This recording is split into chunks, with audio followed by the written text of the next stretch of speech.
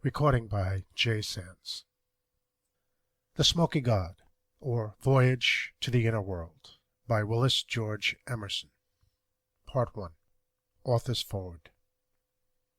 I fear the seemingly incredible story which I am about to relate will be regarded as the result of a distorted intellect superinduced, possibly, by the glamour of unveiling a marvelous mystery, rather than a truthful record of unparalleled experiences related by one Olaf Jansen, whose eloquent madness so appealed to my imagination that all thought of an analytical criticism has been effectually dispelled. Marco Polo will doubtless shift uneasily in his grave at the strange story I am called upon to chronicle, a story as strange as a Munchausen tale. It is also incongruous that I, a disbeliever, should be the one to edit the story of Olaf Jansen, whose name is now for the first time given to the world, yet who must hereafter rank as one of the notables of earth. I freely confess his statements admit of no rational analysis, but have to do with the profound mystery concerning the frozen north that for centuries has claimed the attention of scientists and laymen alike. However much they are at variance with the cosmographical manuscripts of the past, these plain statements may be relied upon as a record of the things Olaf Jansen claims to have seen with his own eyes.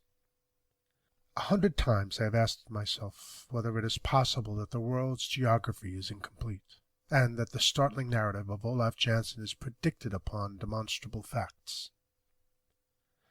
The reader may be able to answer these queries to his own satisfaction, however far the chronicler of this narrative may be from having reached a conviction. Yet sometimes even I am at a loss to know whether I have been led away from an abstract truth by the ignis fatuus of a clever superstition, or whether heretofore accepted facts are, after all, founded upon falsity. It may be the true home of Apollo was not at Delphi, but in that older earth center of which Plato speaks, where he says, quote, Apollo's real home is among the Hyperboreans in a land of perpetual life, where mythology tells us 2 doves flying from the 2 opposite ends of the world meet in this fair region, the home of Apollo. Indeed, according to Hecataeus, Leto, the mother of Apollo, was born on an island in the Arctic Ocean far beyond the north wind. Unquote.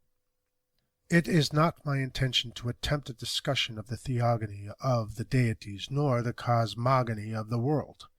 My simple duty is to enlighten the world concerning a heretofore unknown portion of the universe, as it is seen and described by the old Norseman, Olaf Jansen.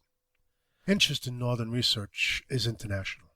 11 nations are engaged in it, or have contributed to the perilous work of trying to solve Earth's one remaining cosmological mystery. There is a saying, ancient as the hills, that, quote, truth is stranger than fiction, unquote. And in a most startling manner has the axiom been brought home to me within the last fortnight. It was just 2 o'clock in the morning when I was aroused from a restful sleep by the vigorous ringing of my doorbell. The untimely disturber proved to be a messenger bearing a note, scrawled almost to the point of illegibility, from an old Norseman by the name of Olaf Jansen. After much deciphering, I made out the writing, which simply said, quote, am ill unto death. Come. Unquote. The call was imperative, and I lost no time in making ready to comply. Perhaps I may as well explain here that Olaf Jansen, a man who quite recently celebrated his 95th birthday, has for the last half-dozen years been living alone in an unpretentious bungalow out Glendale Way, a short distance from the business district of Los Angeles, California. It was less than 2 years ago, while out walking one afternoon, that I was attracted by Olaf Jansen's house and its home-like surroundings, toward its owner and occupant, whom I afterward came to know as a believer in the ancient worship of Odin and Thor.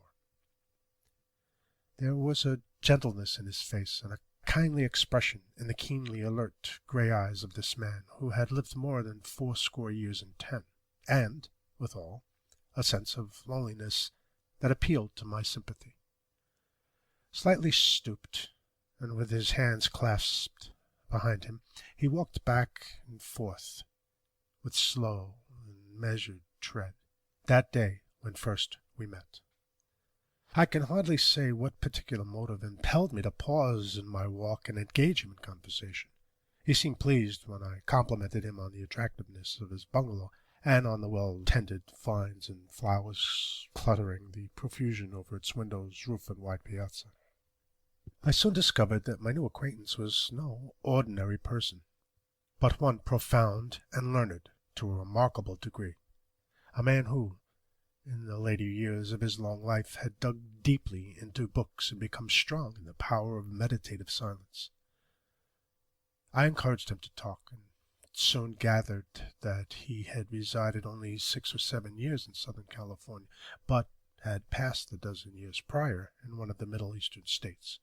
Before that, he had been a fisherman off the coast of Norway, in the region of the Lofoten Islands, from whence he had made trips still farther north to Spitzbergen and even to Franz Josef Land. When I started to take my leave, he seemed reluctant to have me go, and asked me to come again.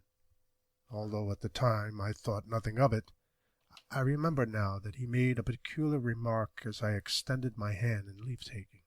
Quote, "You will come again?" he asked. Quote, "Yes, you will come again some day. I am sure you will, and I shall show you my library and tell you many things of which you have never dreamed, things so wonderful that it may be you will not believe me." Unquote. I laughingly assured him that I would not only come again, but would be ready to believe whatever he might choose to tell me of his travels and adventures. In the days that followed, I became well acquainted with Olaf Jansen, and little by little he told me his story, so marvelous that its very daring challenges reason and belief. The old Norseman always expressed himself with so much earnestness and sincerity that I became enthralled by his strange narrations. Then came the messenger's call that night, and within the hour I was at Olaf Jansen's bungalow. He was very impatient at the long wait, although, after being summoned, I had come immediately to his bedside. Quote, "I must hasten," he exclaimed, while yet he held my hand in greeting. "I have much to tell you that you know not, and I will trust no one but you. I fully realize," he went on hurriedly, "that I shall not survive the night. The time has come to join my fathers in the great sleep." Unquote. I adjusted the pillows to make him more comfortable, and assured him I was glad to be able to serve him in any way possible, for I was beginning to realize the seriousness of his condition.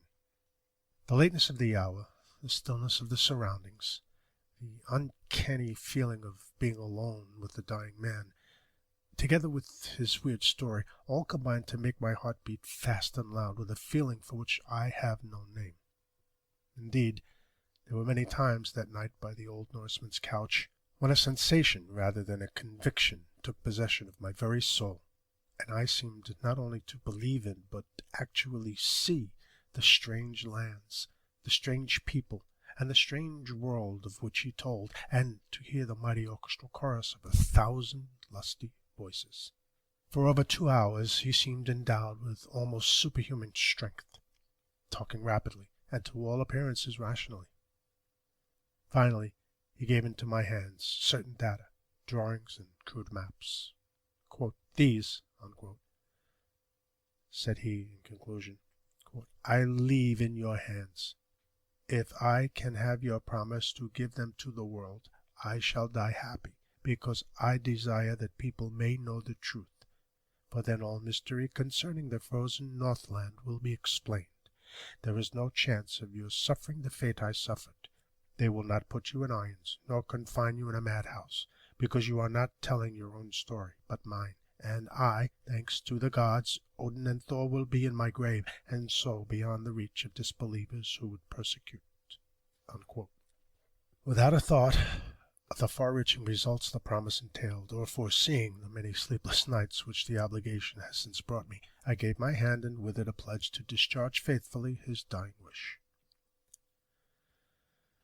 As the sun rose over the peaks of the San Jacinto far to the eastward, the spirit of Olaf Jansen, the narrator, the explorer and worshipper of Odin and Thor, the man whose experiences and travels, as related, are without a parallel in all the world's history, passed away, and I was left alone with the dead.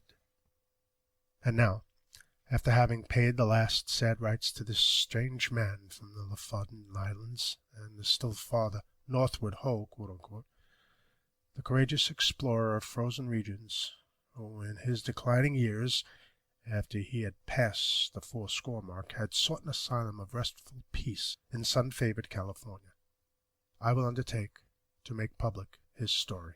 But, first of all, let me indulge in one or two reflections. Generation follows generation, and the traditions from the misty past are handed down from sire to son. But for some strange reason, interest in the ice-locked unknown does not abate with the receding years, either in the minds of the ignorant or the tutored. With each new generation, a restless impulse stirs the hearts of men to capture the veiled citadel of the Arctic, the circle of silence, the land of the glaciers, cold wastes of water, and winds that are strangely warm.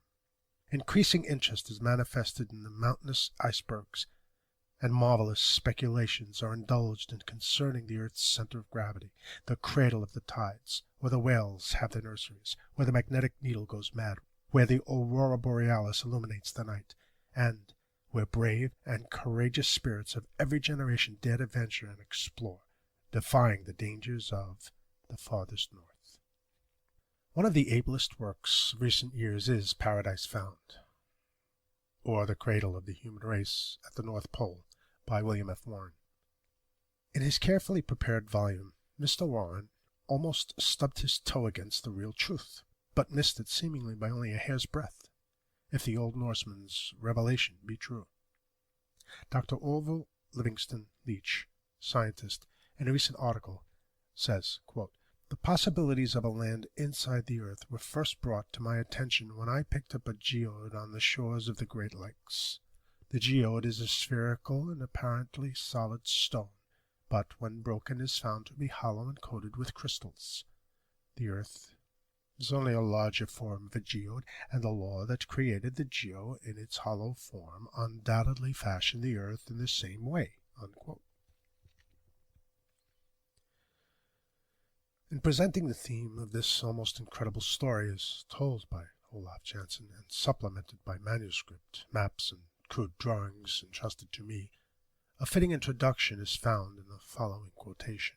Quote, "In the beginning God created the heaven and the earth was without form and void." Unquote.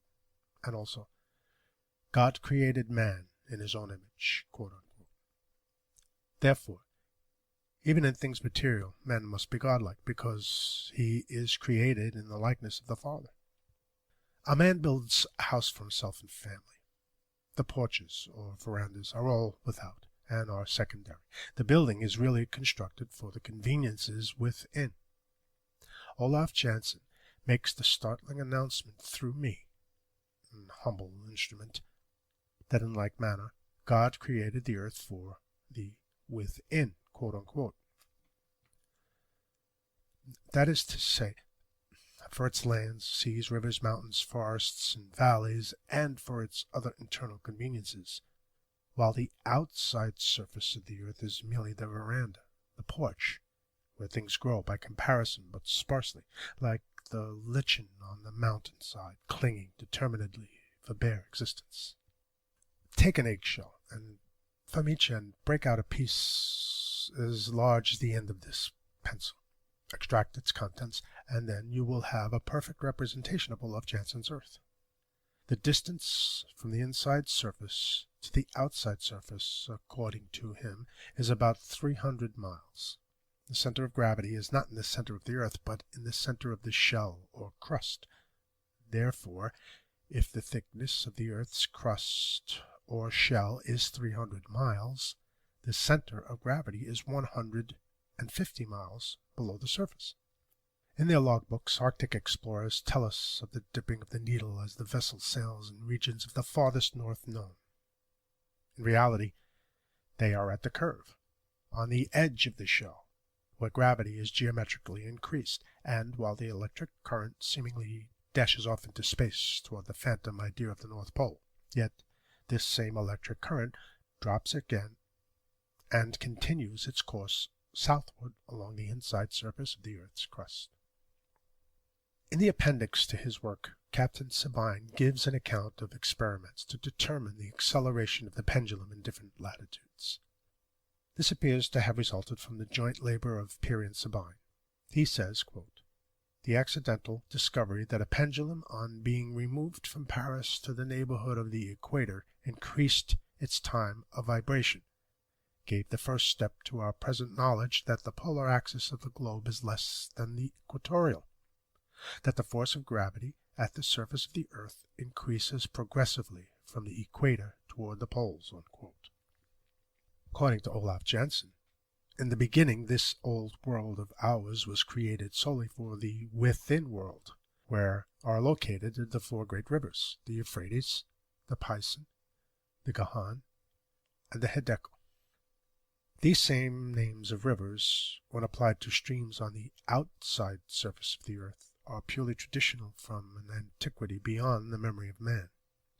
On the top of a high mountain, near the fountainhead of these four rivers, Olaf Jansen, the Norseman, claims to have discovered the long-lost Garden of Eden, the veritable navel of the earth, and to have spent over 2 years studying and reconnoitering in this marvelous within land, exuberant with stupendous plant life and abounding in giant animals, a land where the people lived to be centuries old, after the order of Methuselah and other biblical characters, a region where 1/4 of the inner surface is water and 3/4 land, where there are large oceans and many rivers and lakes, where cities are superlative in construction and magnificence, where modes of transportation are as far in advance of ours as with our boasted achievements are in advance of the inhabitants of darkest Africa.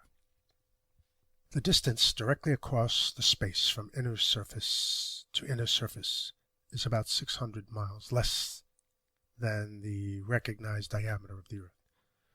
In the identical center of this vast vacuum is the seat of electricity, a mammoth ball of dull red fire, not startlingly brilliant, but surrounded by a white, mild, luminous cloud, giving out uniform warmth, and held in its place in the center of this internal space by the immutable law of gravitation. This electrical cloud is known to the people within as the abode of the Smoky God. They believe it to be the throne of the Most High.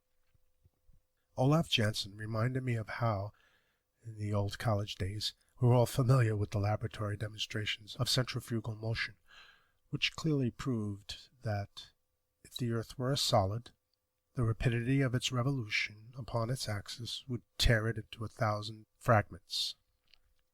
The old Norsemen also maintained that from the farthest points of land on the islands of Spitzbergen and Franz Josef Land, flocks of geese may be seen annually flying still farther northward, just as the sailors and explorers record in their logbooks. No scientist has yet been audacious enough to attempt to explain, even to his own satisfaction, toward what lands these winged fowls are guided by their subtle instinct. However, Olaf Jansen has given us a most reasonable explanation. The presence of the open sea in the Northland is also explained. Olaf Jansen claims that the northern aperture, intake or hole, so to speak, is about 1,400 miles across. In connection with this, let us read what explorer Nansen writes on page 288 of his book. Quote, "I have never had such a splendid sail. On to the north, steadily north, with a good wind, as fast as steam and sail can take us. An open sea, mile after mile, watch after watch, through these unknown regions, always clearer and clearer of ice. One might almost say, how long will it last? The eye always turns to the northward as one paces the bridge. It is gazing into the future, but there is always the same dark sky ahead, which means open sea." Unquote. Again, The Norwood Review of England, in its issue of May 10, 1884, says, quote, "We do not admit that there is ice up to the pole. Once inside the great ice barrier, a new world breaks upon the explorer. The climate is mild like that of England, and afterward balmy as the Greek Isles." Unquote. Some of the rivers within, Olaf Jansen claims, are larger than our Mississippi and Amazon rivers combined, in point of volume of water carried. Indeed, their greatness is occasioned by their width and depth rather than their length, and it is at the mouths of these mighty rivers, as they flow northward and southward along the inside surface of the earth, that mammoth icebergs are found, some of them 15 and 20 miles wide, and from 40 to 100 miles in length. Is it not strange that there has never been an iceberg encountered, either in the Arctic or Antarctic Ocean, that is not composed of fresh water? Modern scientists claim that freezing eliminates the salt, but Olaf Jansen claims differently. Ancient Hindu, Japanese, and Chinese writings, as well as the hieroglyphics of the extinct races of the North American continent, all speak of the custom of sun-worshipping, and it is possible, in the startling light of Olaf Jansen's revelations, that the people of the inner world, lured away by glimpses of the sun as it shone upon the inner surface of the earth, either from the northern or the southern opening, became dissatisfied with the Smoky God, the great pillar or mother cloud of electricity, and, weary of their continuously mild and pleasant atmosphere, followed the brighter light and were finally led beyond the ice belt that scattered over the outer surface of the earth, through Asia, Europe, North America, and later, Africa, Australia, and South America. Footnote 1. The following quotation is significant. Quote, "It follows that man issuing from a mother region still undetermined, but which a number of considerations indicate to have been in the north, has radiated in several directions, that his migration have been constantly from north to south." Unquote. M. Le Marquis G. de Supporta, in Popular Science Monthly, October, 1883, page 753. It is a notable fact that as we approach the equator, the stature of the human race grows less.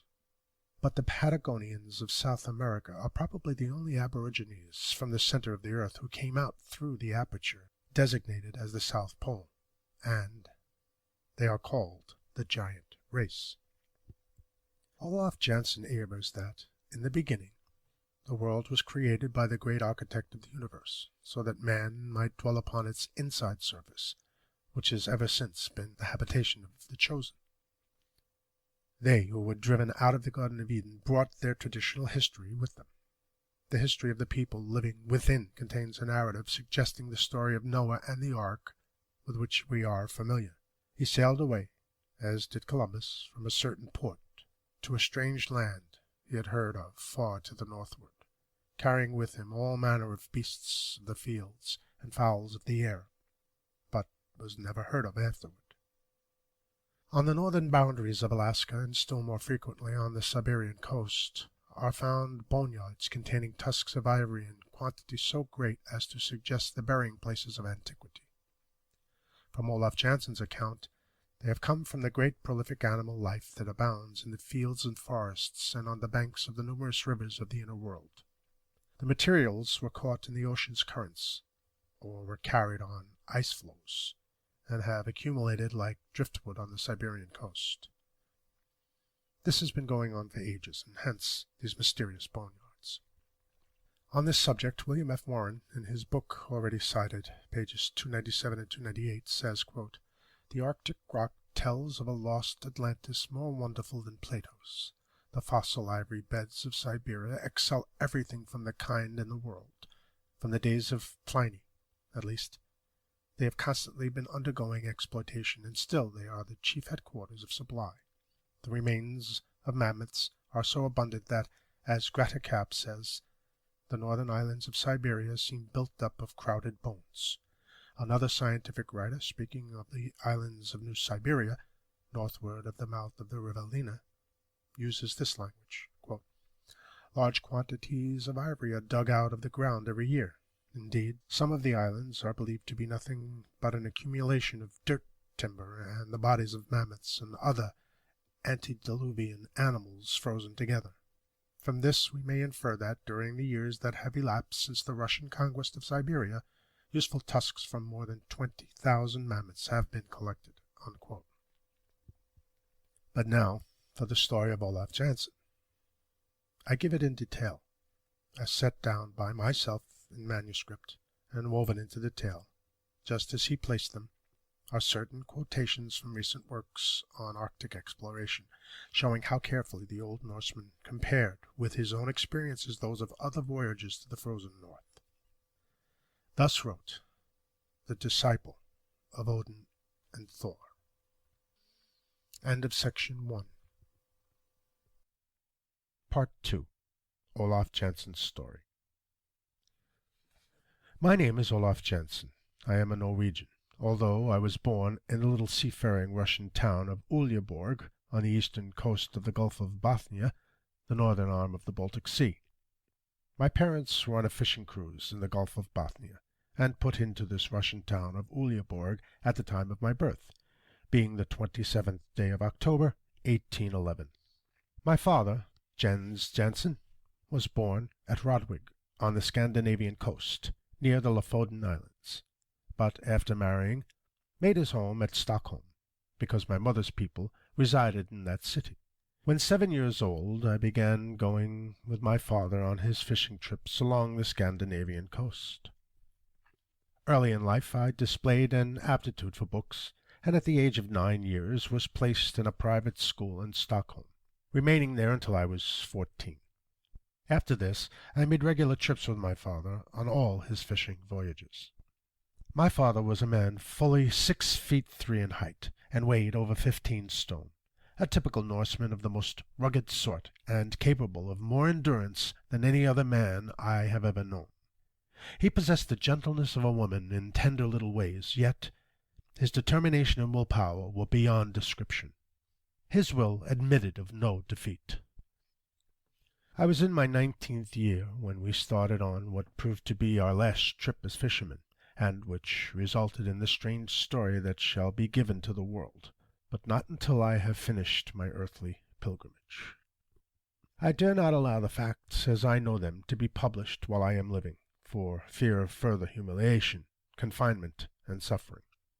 First of all, I was put in irons by the captain of the whaling vessel that rescued me, for no other reason than I told the truth about the marvelous discoveries made by my father and myself. But this was far from being the end of my tortures. After 4 years and 8 months' absence, I reached Stockholm, only to find my mother had died the previous year, and the property left by my parents in the possession of my mother's people, but it was at once made over to me. All might have been well, had I erased from my memory the story of our adventure and of my father's terrible death. Finally, one day I told the story in detail to my uncle, Gustav Asterland, a man of considerable property, and urged him to fit out an expedition for me to make another voyage to the strange land. At first, I thought he favored my project. He seemed interested and invited me to go before certain officials and explain to them, as I had to him, the story of our travels and discoveries. Imagine my disappointment and horror when, upon the conclusion of my narrative, certain papers were signed by my uncle, and, without warning, I found myself arrested and hurried away to dismal and fearful confinement in a madhouse, where I remained for 28 years. Long, tedious, frightful years of suffering. I never ceased to assert my sanity, and to protest against the injustice of my confinement. Finally, on the 17th of October, 1862, I was released. My uncle was dead, and the friends of my youth were now strangers. Indeed, a man over 50 years old, whose only record is that of a madman, has no friends. I was at a loss to know what to do for a living, but instinctively turned toward the harbor where fishing boats in great numbers were anchored, and within a week I had shipped with a fisherman by the name of Jan Hansen. who was starting on a long fishing cruise to the Lofoten Islands. Here my earlier years of training proved of the very greatest advantage, especially in enabling me to make myself useful. This was but of the beginning of other trips, and by frugal economy I was, in a few years, able to own a fishing brig of my own. For 27 years thereafter I followed the sea as a fisherman, 5 years working for others, and the last 22 for myself. During all these years I was a most diligent student of books, as well as a hard worker at my business. But I took great care not to mention to anyone the story concerning the discoveries made by my father and myself. Even at this late day, I would be fearful of having anyone see or know the things I am writing, and the records and maps I have in my keeping. When my days on earth are finished, I shall leave maps and records that will enlighten and, I hope, benefit mankind. The memory of my long confinement with maniacs, and all the horrible anguish and sufferings, are too vivid to warrant my taking further chances. In 1889 I sold out my fishing boats, and found I had accumulated a fortune quite sufficient to keep me the remainder of my life. I then came to America. For a dozen years my home was in Illinois, near Batavia, where I gathered most of the books in my present library, though I brought many choice volumes from Stockholm. Later I came to Los Angeles, arriving here on March 4, 1901. The date I well remember, as it was President McKinley's second inauguration day. I brought his humble home, and determined, here in the privacy of my own abode, sheltered by my own vine and fig tree, and with my books about me, to make maps and drawings of the new lands we had discovered, and also to write the story in detail from the time my father and I left Stockholm until the tragic event that parted us in the Antarctic Ocean. I well remember that we left Stockholm in our fishing sloop on the 3rd day of April, 1829, and sailed to the southward, leaving Gothland Island to the left and Åland Island to the right. A few days later we succeeded in doubling Sand Hamar Point, and made our way through the sound which separates Denmark from the Scandinavian coast. In due time we put in at the town of Christiansen, where we rested 2 days, and then started around the Scandinavian coast to the westward, bound for the Lofoten Islands. My father was in high spirit because of the excellent and gratifying returns he had received from our last catch by marketing at Stockholm, instead of selling at one of the seafaring towns along the Scandinavian coast. He was especially pleased with the sale of some ivory tusks that he had found on the west coast of Franz Josef Land during one of his northern cruises the previous year, and he expressed the hope that this time we might again be fortunate enough to load our little fishing sloop with ivory instead of cod, herring, mackerel, and salmon.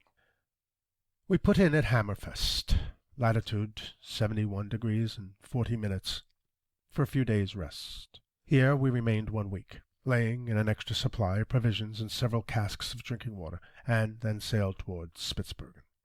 For the first few days we had an open sea and a favoring wind. Then we encountered much ice and many icebergs. A vessel larger than our little fishing sloop could not possibly have treaded its way among the labyrinth of icebergs and squeezed through the barely opened channels. These monster bergs presented an endless succession of crystal palaces, of massive cathedrals, and fantastic mountain ranges, grim and sentinel-like, immovable as some towering cliff of solid rock standing, silent as a sphinx, resisting the restless waves of a fretful sea. After many narrow escapes, we arrived at Spitzbergen on the 23rd of June, and anchored at Huijad Bay for a short time, where we were quite successful in our catches. We then lifted anchor and sailed through the Hinlopen Strait, and coasted along the northeast land. Subnote 2. It will be remembered that André started on his fatal balloon voyage from the northwest coast of Spitzbergen. A strong wind came up from the southwest, and my father said that we had better take advantage of it and try to reach Franz Josef Land, where, the year before, he had, by accident, found the ivory tusks that had brought him such a good price at Stockholm. Never, before or since, have I seen so many seafowl. They were so numerous that they hid the rocks on the coastline and darkened the sky. For several days we sailed along the rocky coast of Franz Josef Land. Finally, a favoring wind came up that enabled us to make the west coast, and, after sailing 24 hours, we came to a beautiful inlet. One could hardly believe it was the far Northland. The place was green with growing vegetation, and while the area did not compromise more than 1 or 2 acres, yet the air was warm and tranquil. It seemed to be at that point where the Gulf Stream's influence is most keenly felt. Note 3. Sir John Barrow, Bart, F.R.S., in his work entitled Voyages of Discovery and Research within the Arctic Regions, quote-unquote, says on page 57, quote, Mr. Beachley refers to what was frequently been found and noticed, the mildness of the temperature on the western coast of Spitzbergen, there being little or no sensation of cold, though the thermometer might be only a few degrees above the freezing point.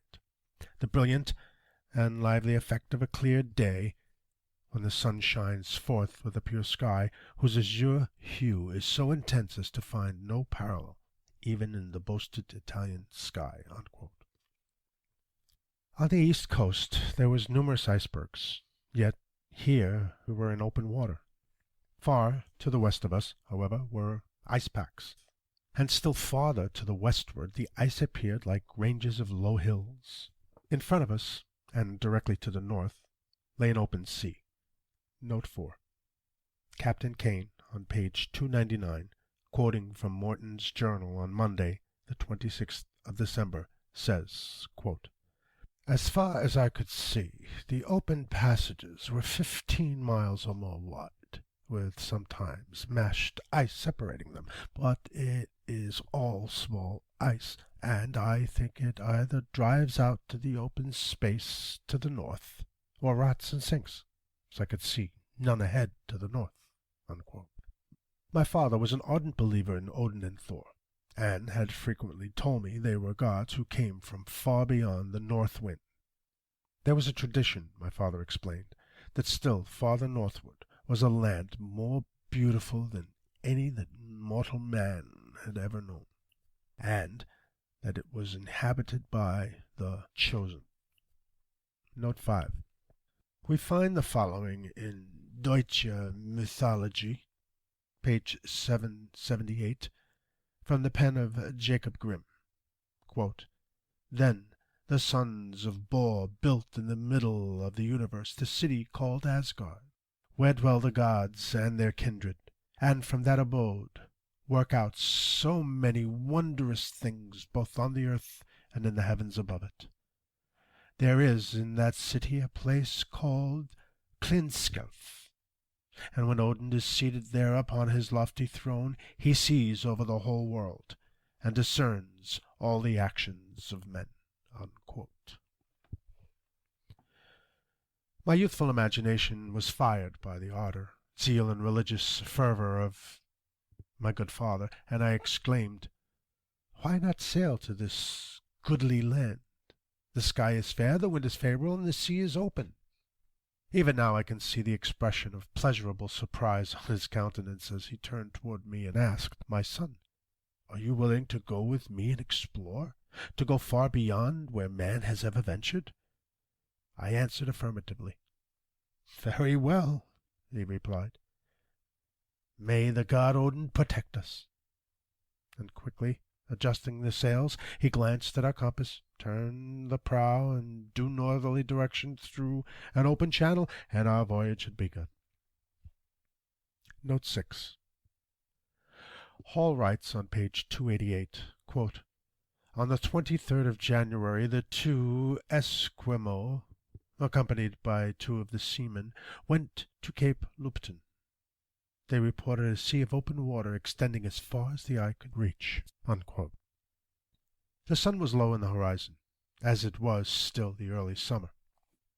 Indeed, We had almost 4 months of day ahead of us before the frozen night could come on again. Our little fishing sloop sprang forward, as if eager as ourselves for adventure. Within 36 hours we were out of sight of the highest point of the coastline of Franz Josef Land. We seemed to be in a strong current running north by northeast. Far to the right and to the left of us were icebergs, but our little scoop bore down on the narrows and passed through the channel and out into open seas. Channels so narrow in places that, had our craft been other than small, we never could have gotten through. On the third day we came to an island. Its shores were washed by an open sea. My father determined to land and explore for a day. This new land was destitute of timber, but we found a large accumulation of driftwood on the northern shore. Some of the trunks of the trees were 40 feet long and 2 feet in diameter. Note 7. Greeley tells us in Volume 1, page 100, that, quote, Pirates Connell and Frederick found a large coniferous tree on the beach, just above the extreme high water mark.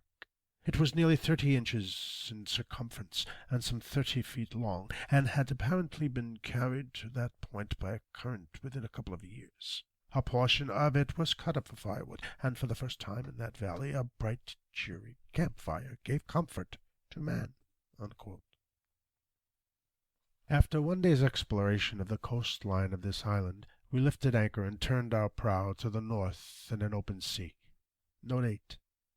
Dr. Kane says on page 379 of his works, quote, I cannot imagine what becomes of the ice. A strong current sets in constantly to the north, but from altitudes of more than 500 feet I saw only narrow strips of ice with great spaces of open water, from 10 to 15 miles in breadth between them.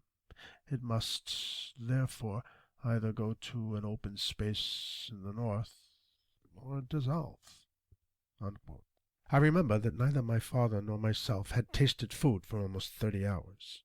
Perhaps this was because of the tension of excitement about our strange voyage in waters farther north, my father said, than anyone had ever before been. Active mentality had dulled the demands of the physical needs. Instead of the cold and tense as we had anticipated, it was really warmer and more pleasant than it had been while in Hammerfest on the north coast of Norway some 6 weeks before. Note 9. Captain Peary's second voyage relates another circumstance which may serve to confirm a conjecture which has long been maintained by some, that an open sea, free of ice, exists at or near the pole. Quote, On the 2nd of November, says Peary, the wind freshened up to a gale from the north by northwest, lowered the thermometer before midnight to 5 degrees, whereas a rise of wind at Melville Island was generally accompanied by a simultaneous rise in the thermometer at low temperatures. May not this, he asks, be occasioned by the wind blowing over an open sea in the quarter from which the wind blows, and tend to confirm the opinion that at or near the pole an open sea exists. Unquote. We both frankly admitted that we were very hungry, and forthwith I prepared a substantial meal from our well-stored larder. When we had partaken heartily of the repast, I told my father I believed I would sleep, as I was beginning to feel quite drowsy. Very well, he replied. I will keep the watch. I have no way to determine how long I slept. I only know that I was rudely awakened by a terrible commotion of the sloop. To my surprise, I found my father sleeping soundly. I cried out lustily to him, and starting up, he sprang up quickly to his feet. Indeed, had he not instantly clutched the rail, he would certainly have been thrown into the seething waves. A fierce snowstorm was raging. The wind was directly astern, driving our sloop at a terrific speed, and was threatening every moment to capsize us.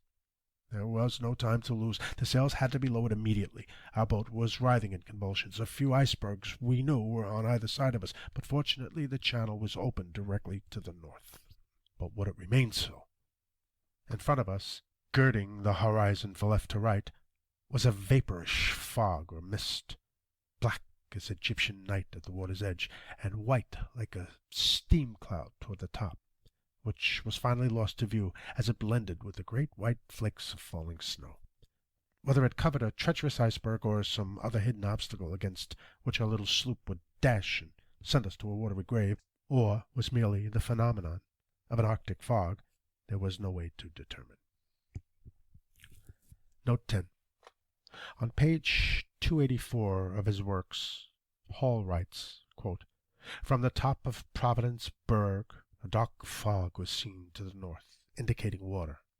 At 10 a.m., 3 of the men, Kruger, Nindenman, and Hobby, went to Cape Lupton to ascertain, if possible, the extent of the open water.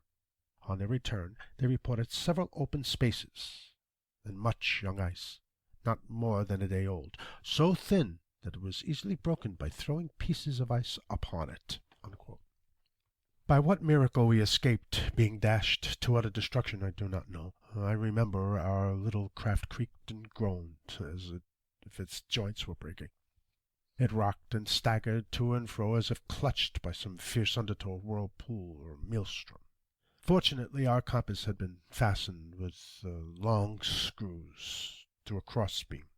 Most of our provisions, however, were tumbled out and swept away from the deck of the cuddy, and, had we not taken the precaution at the very beginning to tie ourselves firmly to the masts of the sloop, we should have been swept into the lashing sea. Above the deafening tumult of the raging waves, I heard my father's voice. "Be courageous, my son," he shouted. "Odin is the god of the waters, the companion of the brave, and he is with us. Fear not." To me it seemed there was no possibility of our escaping a horrible death. The little sloop was shipping water, the snow was falling so fast as to be blinding, and the waves were tumbling over our counters in reckless, white-sprayed fury. There was no telling what instant we should be dashed against some drifting ice-pack. The tremendous swells would heave us up to the very peaks of mountainous waves, then plunge us down into the depths of the sea's trough, as if our fishing sloop were a fragile shell. Gigantic, white-capped waves, like veritable walls, fenced us in, fore and aft. This terrible nerve-wracking ordeal, with its nameless horrors of suspense and agony, of fear indescribable, continued for more than 3 hours, and all the time we were being driven forward at fierce speed. Then, suddenly, as if growing weary of its frantic exertions, the wind began to lessen its fury, and by degrees to die down. At last we were in a perfect calm. The fog mist had also disappeared, and before us lay an iceless channel, perhaps 10 or 15 miles wide, with a few icebergs far away to our right, and an intermittent archipelago of smaller ones to the left. I watched my father closely, determined to remain silent until he spoke. Presently he untied the rope from his wrist and, without saying a word, began working the pumps, which fortunately were not damaged, relieving the sloop of the water it had shipped in the madness of the storm. He put up the sloop's sails as calmly as if casting a fishing net, and then remarked that we were ready for a favoring wind when it came. His courage and persistence were truly remarkable. On investigation, we found less than 1/3 of our provisions remaining, while, to our utter dismay, we discovered that our water casks had been swept overboard during the violent plungings of our boat. 2 of our water casks were in the main hold, but both were empty. We had a fair supply of food, but no fresh water. I realized at once the awfulness of our position. Presently I was seized with a consuming thirst. "It is indeed bad," remarked my father. "However, let us dry our bedraggled clothing, for we are soaked to the skin. Trust to the god Odin, my son. Do not give up hope." The sun was beating down slantingly, as if we were in a southern latitude instead of in the far northland. It was swinging around, its orbit ever visible, and rising higher and higher each day, frequently mist-covered, yet always peering through the lacework of clouds like some fretful eye of fate, guarding the mysterious northland, and jealously watching the pranks of man. Far to our right, the rays decking the prisms of icebergs were gorgeous. Their reflections emitted flashes of garnet, of diamond, of sapphire, a pyrotechnic panorama of countless colors and shapes, while below could be seen the green-tinted sea, and above, the purple sky. End of Part 2. Part 3. Beyond the North Wind. I tried to forget my thirst by busying myself with bringing up some food and an empty vessel from the hold. Reaching over the side rail, I filled the vessel with the water for the purpose of laving my hands and face. To my astonishment, when the water came in contact with my lips, I could taste no salt. I was startled by the discovery.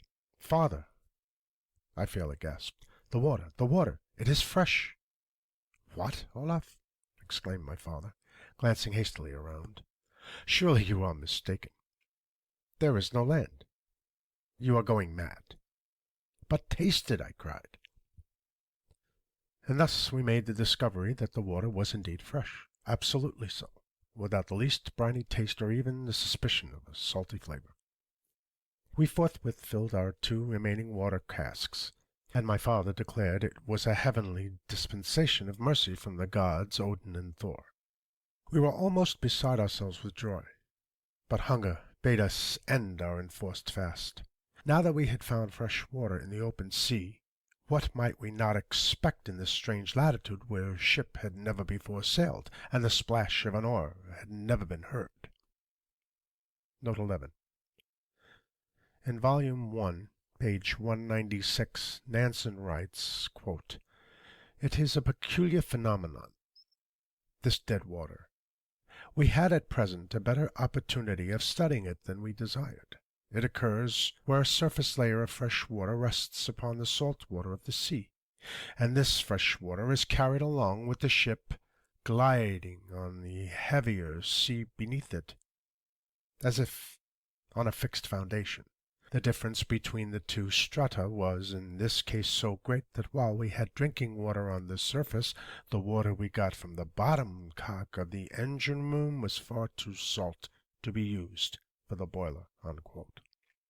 We had scarcely appeased our hunger when a breeze began filling the idle sails, and, glancing at the compass, we found the northern point pressing hard against the glass.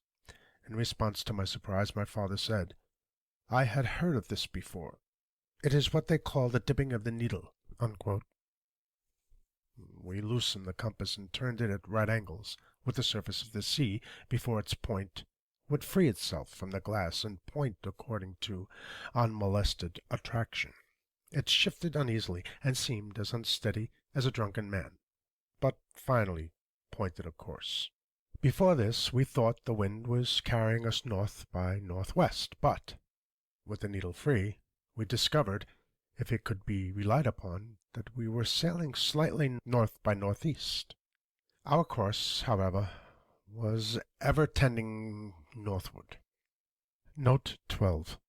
In Volume 2, pages 18 and 19, Jansen writes about the inclination of the needle.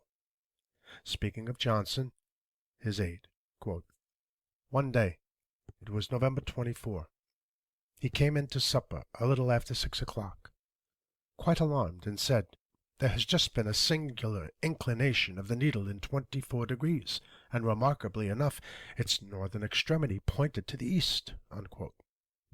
We again find in Peary's First Voyage, page 67, the following, quote, "It had been observed that from the moment they had entered Lancaster Sound, the motion of the compass needle was very sluggish, and both this and its deviation increased as they progressed to the westward, and continued to do so in descending this inlet. Having reached latitude 73 degrees, they witnessed for the first time the curious phenomenon of the directive power of the needle becoming so weak as to be completely overcome by the attraction of the ship, so that the needle might now be said to point to the north pole of the ship." Unquote. The sea was serenely smooth, with hardly a choppy wave, and the wind brisk and exhilarating. The sun's rays, while striking us aslant, furnished tranquil warmth.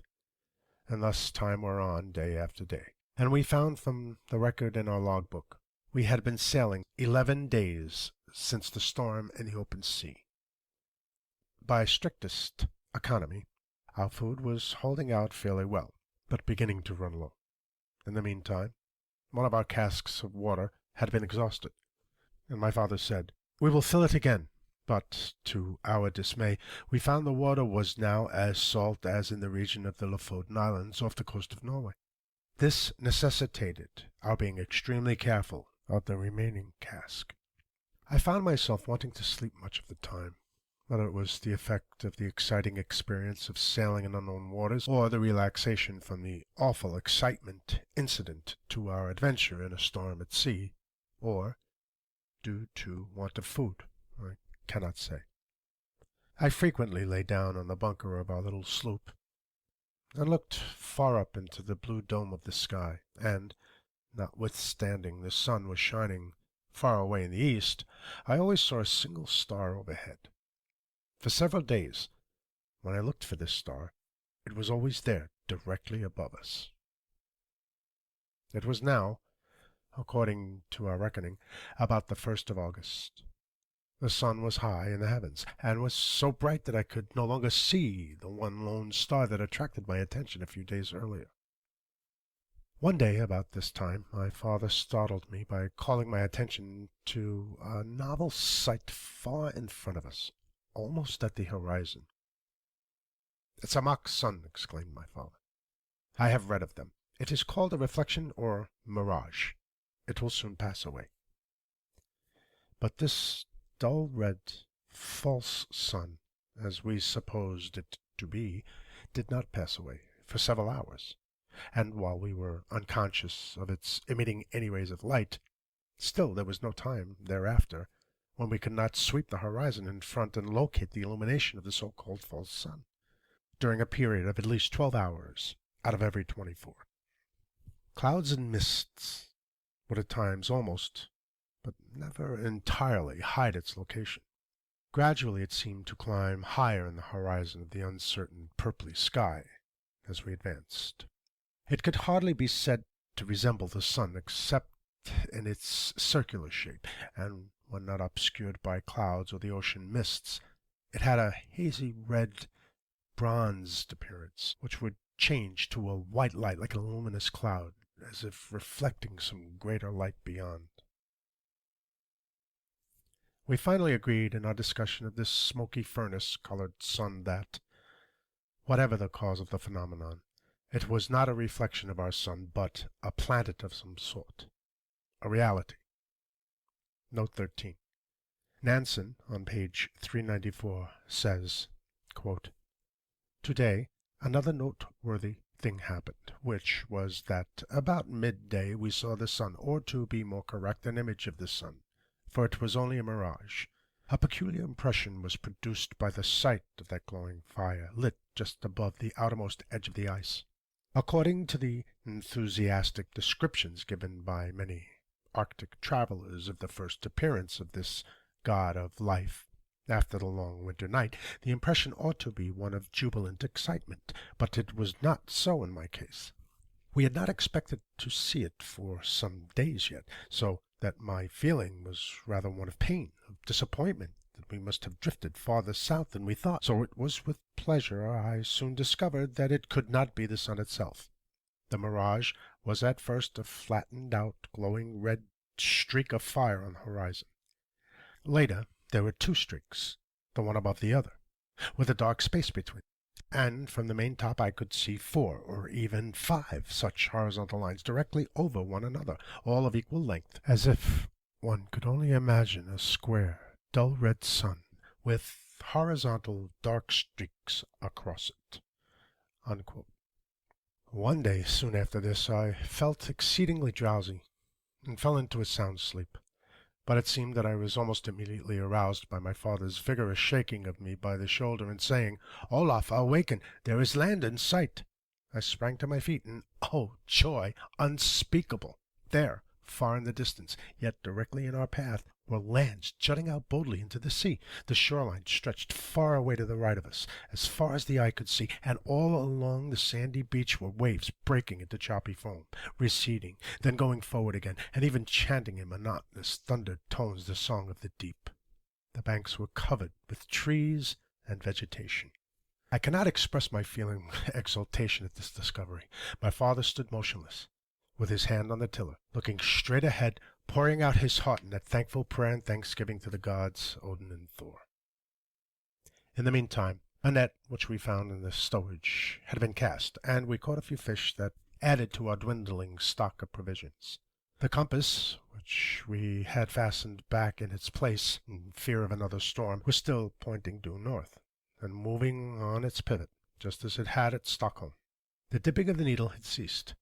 What could this mean? Then, too, our many days of sailing had certainly carried us far past the North Pole, and yet the needle continued to point north. We were sorely perplexed, for surely our direction was now south. Note 14. Peary's First Voyage, pages 69 and 70, says, quote, "On reaching Sir Byram Martin's Island, the nearest to Melville Island, the latitude of the place of observation was 75 degrees, 9 minutes, 23 seconds, and the longitude 103 degrees, 44 minutes, 37 seconds. The dip of the magnetic needle, 88 degrees, 25 minutes, 56 seconds west, and the longitude of 91 degrees, 48 minutes, where the last observations on the shore had been made, to 165 degrees, 50 minutes, 9 seconds east. At their present station, so that we had," says Peary, "and sailing over the space included between these two meridians, crossed immediately northward of the magnetic pole, and had undoubtedly passed over one of those spots upon the globe where the needle would have been found to vary 180 degrees, or in other words, where the North Pole would have pointed to the south.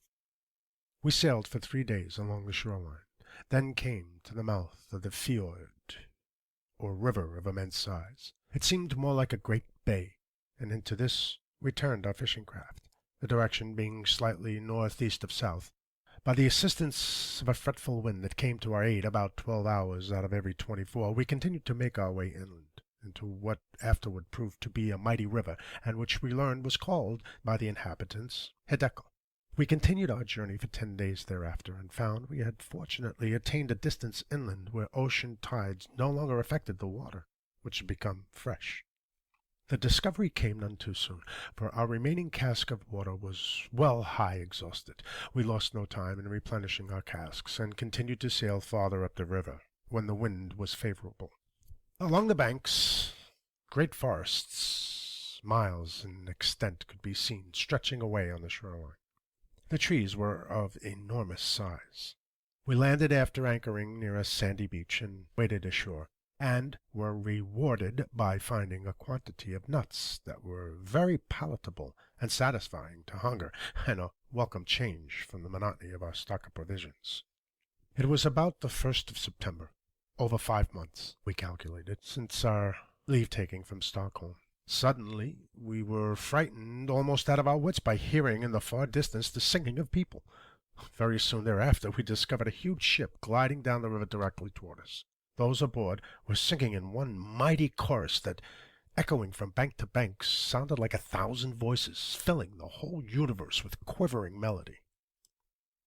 The accompaniment was played on stringed instruments, not unlike our harps. It was a larger ship than any we had ever seen, and was differently constructed. Note 15. Asiatic Mythology, page 244. Quote, "Paradise Found," unquote. From translations by Sayce, in a book called Records of the Past, we were told of a dwelling which the gods created for the first human beings, a dwelling in which they became great and increased in numbers, and the location of which is described in words exactly corresponding to those of Iranian, Indian, Chinese, Eddaic, and Aztecan literature, namely, in the center of the earth. Warren. At this particular time our sloop was becalmed, and not far from the shore. The bank of the river, covered with mammoth trees, rose up several 100 feet in beautiful fashion. We seemed to be on the edge of some primeval forest that doubtless stretched far inland. The immense craft paused, and almost immediately a boat was lowered, and 6 men of gigantic stature rowed to our little fishing sloop. They spoke to us in a strange language. We knew from their manner, however, that they were not unfriendly. They talked a great deal among themselves, and one of them laughed immoderately, as though in finding us a queer discovery had been made. One of them spied our compass, and it seemed to interest them more than any other part of our sloop. Finally, the leader motioned, as if to ask whether we were willing to leave our craft to go on board their ship. "What say you, my son?" asked my father. "They cannot do any more than kill us." "They seem to be kindly disposed," I replied. "Although, what terrible giants! They must be the select 6 of the kingdom's crack regiment. Just look at their great size." "We may as well go willingly as be taken by force," said my father, smiling. "But they are certainly able to capture us." Thereupon he made known by signs that we were ready to accompany them.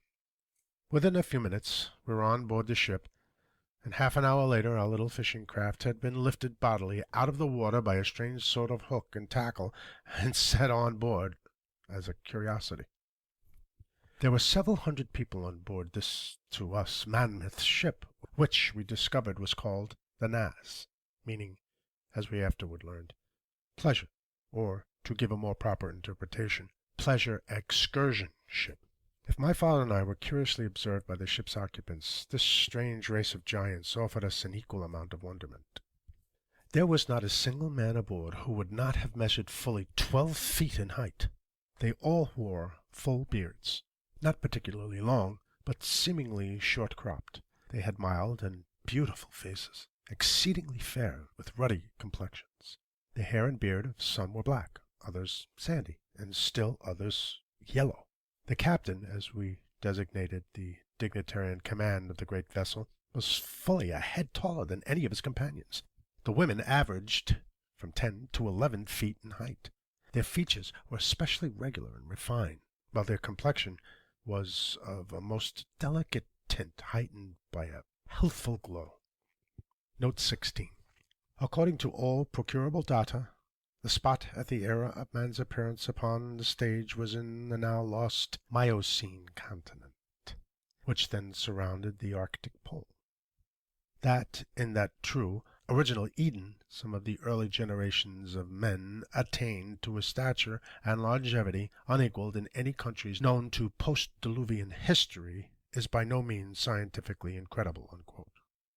William F. Warren, Paradise Found, page 284. Both men and women seemed to possess that particular ease of manner which we deem a sign of good breeding, and, notwithstanding their huge statures, there was nothing about them suggesting awkwardness. As I was a lad in only my 19th year, I was doubtless looked upon as a true Tom Thumb. My father's 6'3" did not lift the top of his head above the waistline of these people. My father's 6'3" did not lift the top of his head above the waistline of these people. Each one seemed to vie with the others in extending courtesies and showing a kindness to us. But all laughed heartily, I remember, when they had to improve chairs for my father and myself to sit at the table.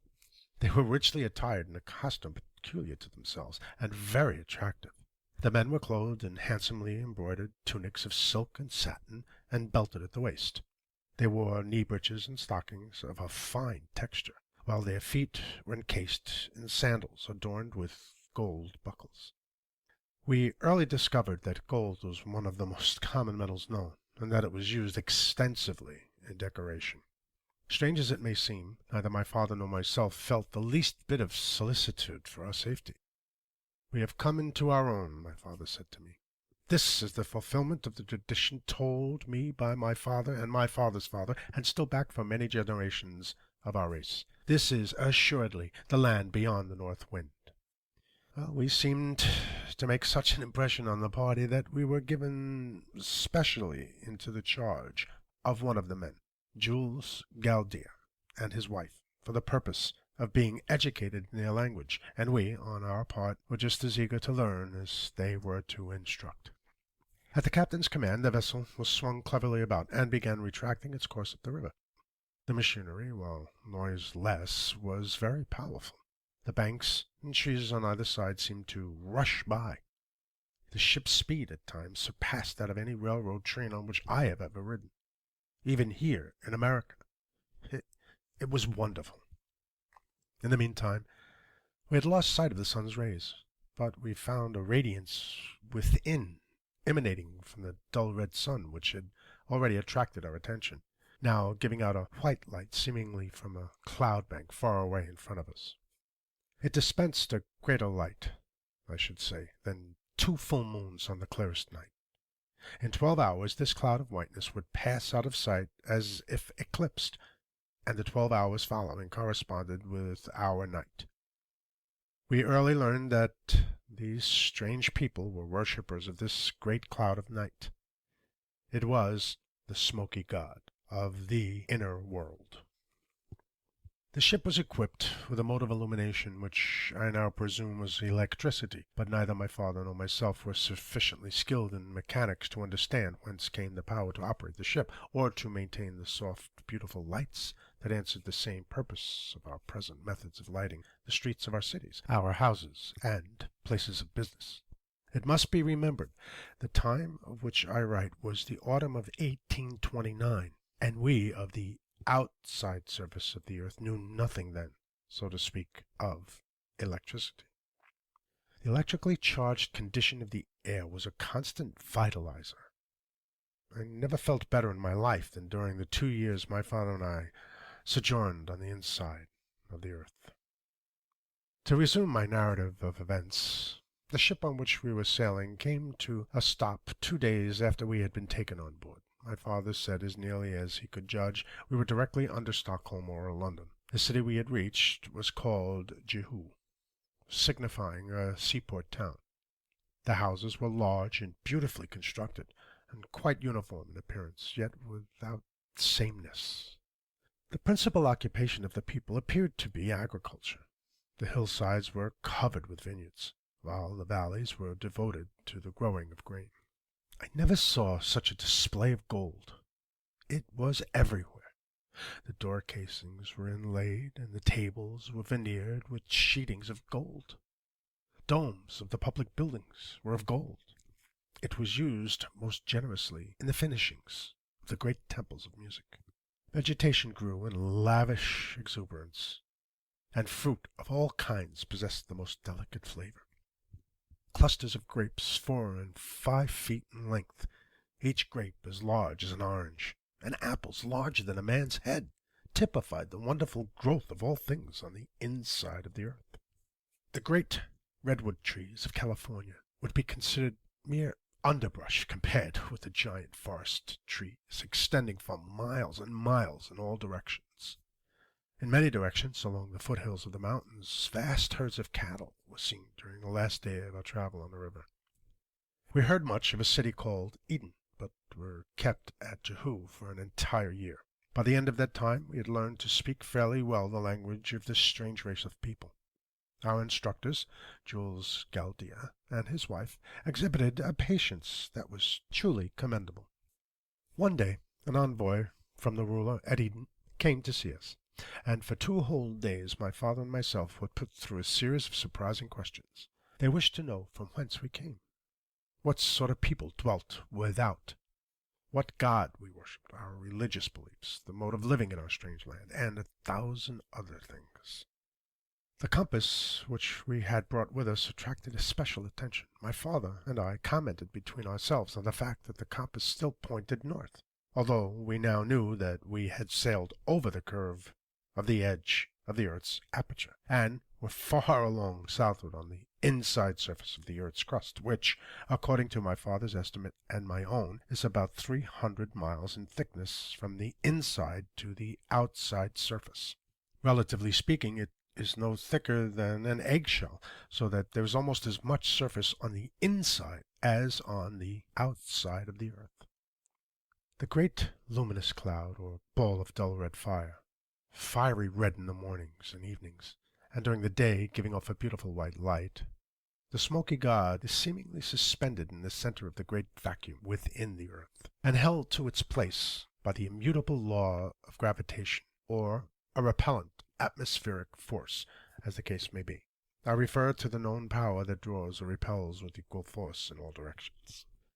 The base of this electrical cloud, or central luminary, the seat of the gods, is dark and non-transparent, save for innumerable small openings, seemingly in the bottom of the great support or altar of the deity, upon which the Smoky God rests, and the lights shining through these many openings twinkle at night in all their splendor, and seem to be stars, as natural as the stars we saw shining when in our home at Stockholm, excepting that they appear larger. The Smoky God, therefore, with each daily revolution of the earth, appears to come up in the east and go down in the west, the same as does our sun on the external surface. In reality, the people within believe that the Smoky God is the throne of their Jehovah, and is stationary. The effect of night and day is, therefore, produced by the earth's daily rotation. I have since discovered that the language of the people of the inner world is much like the Sanskrit. After we had given an account of ourselves to the emissaries from the central seat of government of the inner continent, and my father had, in his crude way, drawn maps, at their request, of the outside surface of the earth, showing the divisions of land and water, and giving the name of each of the continents, large islands, and the oceans, we were taken overland to the city of Eden, in a conveyance different from anything we have in Europe or America. This vehicle was doubtless some electrical contrivance. It was noiseless, and ran on a single iron rail, in perfect balance. The trip was made at a very high rate of speed. We were carried up hills and down dales, across valleys, and again along the sides of steep mountains, without any apparent attempt having been made to level the earth as we do for railroad tracks. The car seats were huge, yet comfortable affairs, and very high above the floor of the car. On top of each car were high-geared flywheels lying on their sides, which were so automatically adjusted that, as the speed of the car increased, the high speed of these flywheels geometrically increased.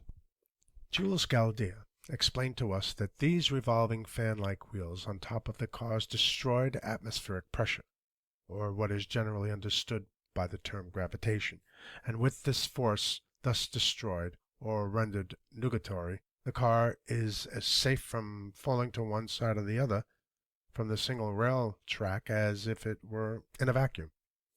The flywheels, in their rapid revolutions, destroying effectually the so-called power of gravitation, or the force of atmospheric pressure, or whatever potent influence it may be that causes all unsupported things to fall downward to the earth's surface, or to the nearest point of resistance. The surprise of my father and myself was indescribable when, amid the regal magnificence of a spacious hall, we were finally brought before the great high priest, ruler over all the land. He was richly robed, and much taller than those about him, and could not have been less than 14 or 15 feet in height. The immense room in which we were received seemed finished in solid slabs of gold thickly studded with jewels of amazing brilliancy. The city of Eden is located in what seems to be a beautiful valley, yet, in fact, it is on the loftiest mountain plateau of the inner continent, several thousand feet higher than any portion of the surrounding country. It is the most beautiful place I have ever beheld in my travels. In this elevated garden all manner of fruits, vines, shrubs, trees, and flowers grow in riotous profusion. In this garden 4 rivers have their source in a mighty artesian fountain. They divide and flow in 4 directions. This place is called by the inhabitants the navel of the earth, or the beginning, cradle of the human race. The names of the rivers are the Euphrates, the Pison, the Gahan, and the Hiddekel. Note 17. And the Lord God planted a garden, and out of the garden made the Lord God to grow every tree that is pleasant to the sight and good for food. Unquote. The Book of Genesis. The unexpected awaited us in this palace of beauty, in the finding of our little fishing craft. It had been brought before the high priest in perfect shape, just as it had been taken from the waters that day when it was loaded on board the ship by the people who discovered us on the river more than a year before. We were given an audience of over 2 hours with this great dignitary, who seemed kindly disposed and considerate. He showed himself eagerly interested, asking us numerous questions, and invariably regarding things about which his emissaries had failed to inquire. At the conclusion of the interview, he inquired our pleasure, asking us whether we wished to remain in his country or if we preferred to return to the outer world, providing it were possible to make a successful return trip across the frozen belt barriers that encircled both the northern and southern openings of the earth. My father replied, "It would please me and my son to visit your country and see your people, your colleges and palaces of music and art, your great fields, your wonderful forests of timber, and after we have had this pleasurable privilege, we would like to try to return to our home on the outside surface of the earth. This son is my only child, and my good wife will be weary awaiting our return." "I fear you can never return," replied the chief high priest, "because the way is a most hazardous one. However, you shall visit the different countries with Jules Galdea and your escort, and be accorded every courtesy and kindness. Whenever you are ready to attempt a return voyage, I assure you that your boat, which is here on exhibition, shall be put in the waters of the river Hiddekel at its mouth, and we will bid you Jehovah's speed." Thus terminated our only interview with the high priest or ruler of the continent. End of Part 3. Part 4 of The Smoky God. In the Underworld. We learn that the males do not marry before they are from 75 to 100 years old, and that the age at which women enter wedlock is only a little less, and that both men and women frequently live to be from 600 to 800 years old, and in some instances much older. Note 18. Josephus says, quote, "God prolonged the life of the patriarchs that preceded the deluge, both on account of their virtues and to give them the opportunity of perfecting the sciences of geometry and astronomy which they had discovered, which they could not have done had they not lived 600 years, because it is only after the lapse of 600 years that the great year is accomplished." Unquote. Flammarion, Astronomical Myths, Paris, page 26. During the following year we visited many villages and towns, prominent among them being the cities of Niji, Delphi, Hectea, and my father was called upon no less than 6 times to go over the maps which had been made from the rough sketches he had originally given of the divisions of land and water on the outside surface of the earth. I remember hearing my father remark that the giant race of people in the land of the Smoky God had almost an accurate idea of the geography of the outside surface of the earth, as had the average college professor in Stockholm. In our travels we came to a forest of gigantic trees near the city of Delphi. Had the Bible said there were trees towering over 300 feet in height and more than 30 feet in diameter, growing in the Garden of Eden? The Ingersolls, the Tom Paines, and the Voltaires would doubtless have pronounced the statement a myth. Yet this is the description of the California Sequoia gigantea. But these California giants pale into insignificance when compared with the forest Goliaths found in the within continent, where abound mighty trees from 800 to 1,000 feet in height and from 100 to 120 feet in diameter. Countless numbers and forming forests extending hundreds of miles back from the sea.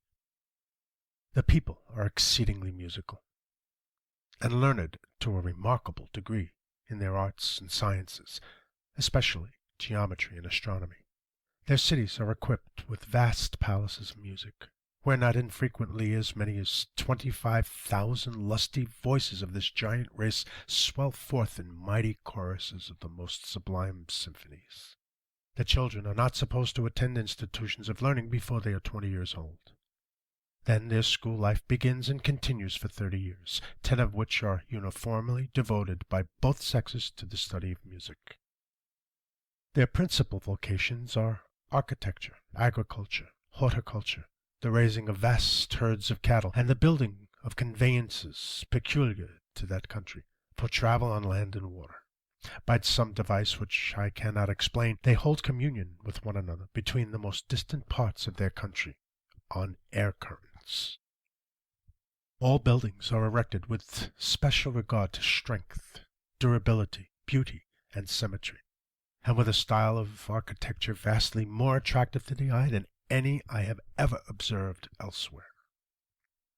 About 3/4 of the inner surface of the earth is land, and about 1/4 water. There are numerous rivers of tremendous size, some flowing in a northerly direction, and others southerly. Some of these rivers are 35 miles in width, and it is out of these vast waterways, at the extreme northern and southern parts of the inside surface of the earth, in regions where low temperatures are experienced, that fresh-water icebergs are formed. They are then pushed out to sea like huge tongues of ice by the abnormal freshets of turbulent waters that, twice every year, sweep everything before them. We saw innumerable specimens of bird life no larger than those encountered in the forests of Europe or America. It is well known that during the last few years whole species of birds have quit the earth. A writer in a recent article on this subject says, Note 19, quote, "Almost every year sees the final extinction of one or more bird species. Out of 14 varieties of birds found a century since on a single island, the West Indian island of St. Thomas, 8 have now to be numbered among the missing." Unquote. Is it not possible that these disappearing bird species quit their habitation without, and find an asylum in the within world?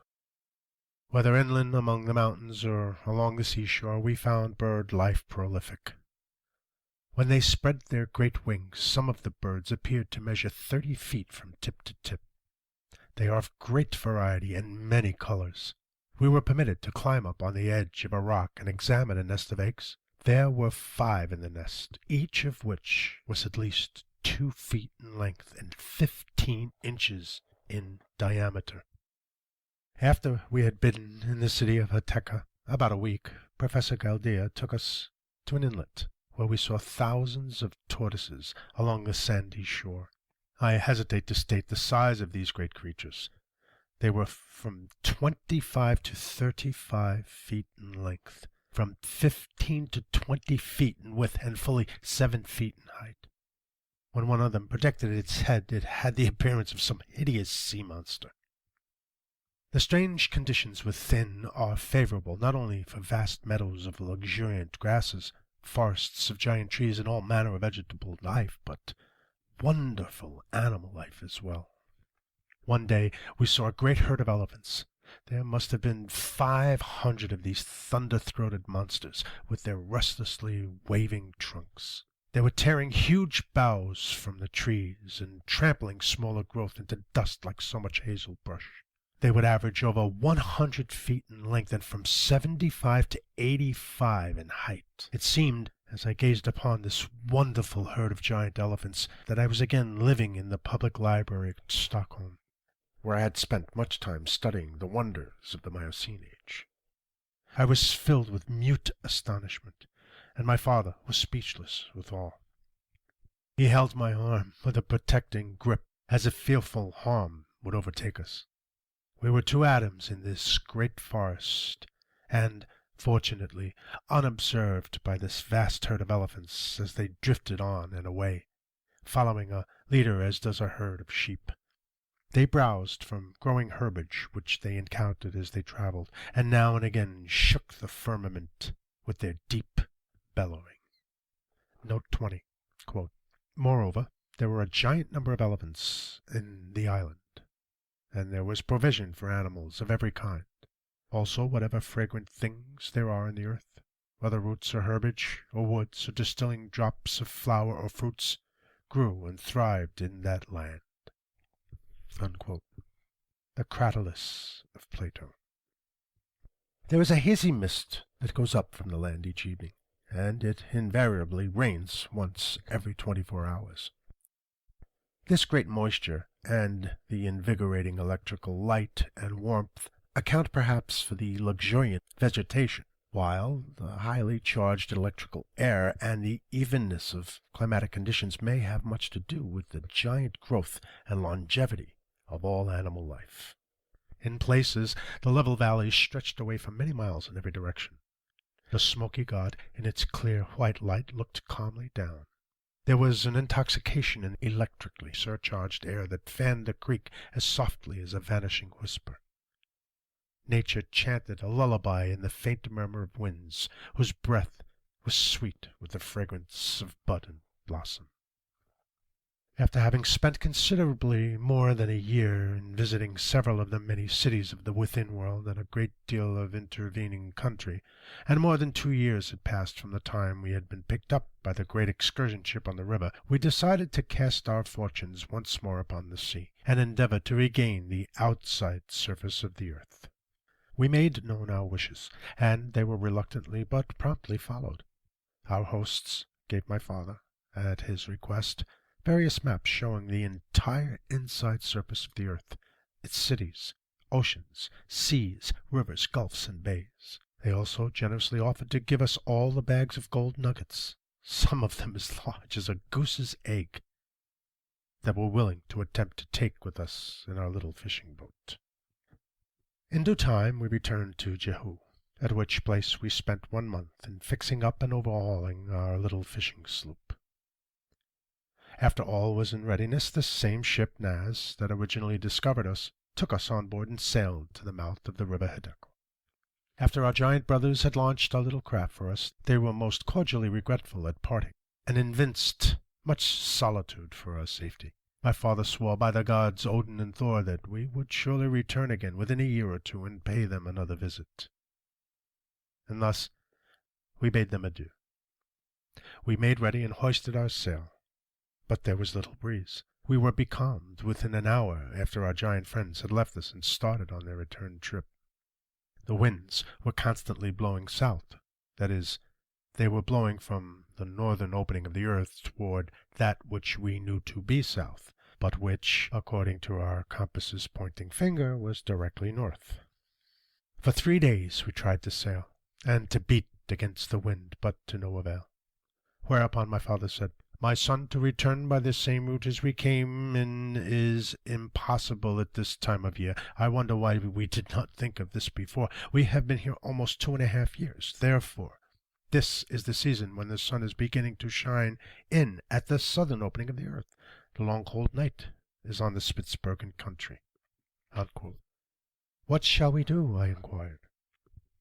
"There is only one thing we can do," my father replied, "and that is to go south." Accordingly, he turned the craft about, gave it full reef, and started by the compass north, but, in fact, directly south. The wind was strong, and we seemed to have struck a current that was running with a remarkable swiftness in the same direction. In just 40 days we arrived at Delphi, a city we had visited in company with our guides, Jules Galdi and his wife, near the mouth of the Gahan River. Here we stopped for 2 days, and were most hospitably entertained by the same people who had welcomed us on our former visit. We laid in some additional provisions, and again set sail, following the needle due north. On our outward trip we came through a narrow channel, which appeared to be a separating body of water between 2 considerable bodies of land. There was a beautiful beach to our right, and we decided to reconnoiter. Casting anchor, we waded ashore to rest up for a day before continuing the outward hazardous undertaking. We built a fire and threw on some sticks of dry driftwood. While my father was walking along the shore, I prepared a tempting repast from supplies we had provided. There was a mild, luminous light which my father said resulted from the sun shining in from the south aperture of the earth. That night We slept soundly, and awakened the next morning as refreshed as if we had been in our own beds at Stockholm. After breakfast we started out on an inland tour of discovery, but had not gone far when we sighted some birds, which we recognized at once as belonging to the penguin family. They were flightless birds, but excellent swimmers and tremendous in size, with white breast, short wings, black head, and long, peaked bills. They stand fully 9 feet high. They looked at us with little surprise and presentedly waddled, rather than walked, toward the water, and swam away in a northerly direction. Note 21, quote, "The nights are never so dark at the poles as in other regions, for the moon and stars seem to possess twice as much light and effulgence. In addition, there is a continuous light, the varied shades of play of which are amongst the strongest phenomena of nature." Unquote. Rambrassen's Astronomy. The events that occurred during the following 100 or more days beggar description. We were on an open and iceless sea. The month we reckoned to be November or December, and we knew the so-called South Pole was turned toward the sun. Therefore, when passing out and away from the internal electric light of the Smoky God and its genial warmth, we would be met by the light and warmth of the sun, shining in through the south opening of the earth. We were not mistaken. Note 22. Quote, "The fact that gives the phenomenon of the polar aurora its greatest importance is that the earth becomes self-luminous. That, besides the light, which as a planet is received from the central body, it shows a capability of sustaining a luminous process proper to itself." Unquote. Humboldt. There were times when our little craft, driven by wind that was continuous and persistent, shot through the waters like an arrow. Indeed, had we encountered a hidden rock or obstacle, our little vessel would have been crushed into kindling wood. At last we were conscious that the atmosphere was growing decidedly colder, and a few days later icebergs were sighted far to the left. My father argued, and correctly, that the winds which filled our sails came from the warm climate within. The time of the year was certainly most auspicious for us to make our dash for the outside world and attempt to scud our fishing sloop through open channels of the frozen zone which surrounds the polar region. We were soon amid the ice packs, and how our little craft got through the narrow channels and escaped being crushed, I know not. The compass behaved in the same drunken and unreliable fashion in passing over the southern curve or edge of the earth's shell as it had done on our inbound trip at the northern entrance. It gyrated, dipped, and seemed like a thing possessed. Note 23. Captain Sabine, on page 105, in quote, "Voyages in the Arctic Regions," unquote, says, quote, "The geographical determination of the direction and intensity of the magnetic forces at different points of the Earth's surface has been regarded as an object worthy of especial research. To examine in different parts of the globe the declination, inclination, and intensity of the magnetic force, and their periodical and secular variations, and mutual relations and dependencies could be duly investigated only in fixed magnetical observatories." Unquote. One day, as I was lazily looking over the sloop's side into the clear waters, my father shouted, "Breakers ahead!" Looking up, I saw through a lifting mist a white object that towered several hundred feet high, completely shutting off our advance. We lowered sail immediately, and none too soon. In a moment we found ourselves wedged between two monstrous icebergs. Each was crowding and grinding against its fellow mountain of ice. They were like two gods of war contending for supremacy. We were greatly alarmed. Indeed, we were between the lines of a battle royal. The sonorous thunder of this grinding ice was like the continued volleys of artillery. Blocks of ice, larger than a house, were frequently lifted up 100 feet by the mighty force of lateral pressure. They would shudder and rock to and fro for a few seconds, then come crashing down with a deafening roar, and disappear in the foaming waters. Thus, for more than 2 hours, the contest of the icy giants continued. It seems as if the end had come. The ice pressure was terrific, and while we were not caught in the dangerous part of the jam, and were safe for the time being, yet the heaving and rending of tons of ice as it fell splashing here and there into the watery depths filled us with shaking fear. Finally, to our great joy, the grinding of the ice ceased, and within a few hours the great mass slowly divided, and, as if an act of Providence had been performed, right before us lay an open channel. Should we venture with our little craft into this opening? If the pressure came on again, our little sloop, as well as ourselves, would be crushed into nothingness. We decided to take the chance, and accordingly hoisted our sail to a favoring breeze, and soon started out like a racehorse running the gauntlet of this unknown narrow channel of open water. End of Part 4. Part 5. Among the ice packs. For the next 45 days our time was employed in dodging icebergs and hunting channels. Indeed, had we not been favored with a strong south wind and a small boat, I doubt if this story could have ever been given to the world. At last, there came a morning when my father said, "My son, I think we are to see home. We are almost through the ice. See, the open water lies before us."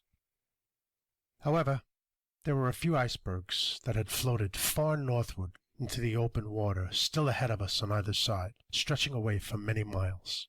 Directly in front of us, and by the compass, which had now righted itself due north, there was an open sea. "What a wonderful story we have to tell to the people of Stockholm," continued my father, while a look of pardonable elation lighted up his honest face.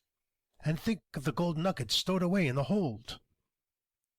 I spoke kind words of praise to my father, not alone for his fortitude and endurance, but also for his courageous daring as a discoverer, and for having made the voyage that now promised a successful end. I was grateful, too, that he had gathered the wealth of gold we were carrying home. While congratulating ourselves on the goodly supply of provisions and water we still had on hand, and on the dangers we had escaped, we were startled by hearing a most terrific explosion, caused by the tearing apart of a huge mountain of ice. It was a defending roar like the firing of 1,000 cannon. We were sailing at the time with great speed, and happened to be near a monstrous iceberg, which, to all appearances, was as immovable as a rock-bound island.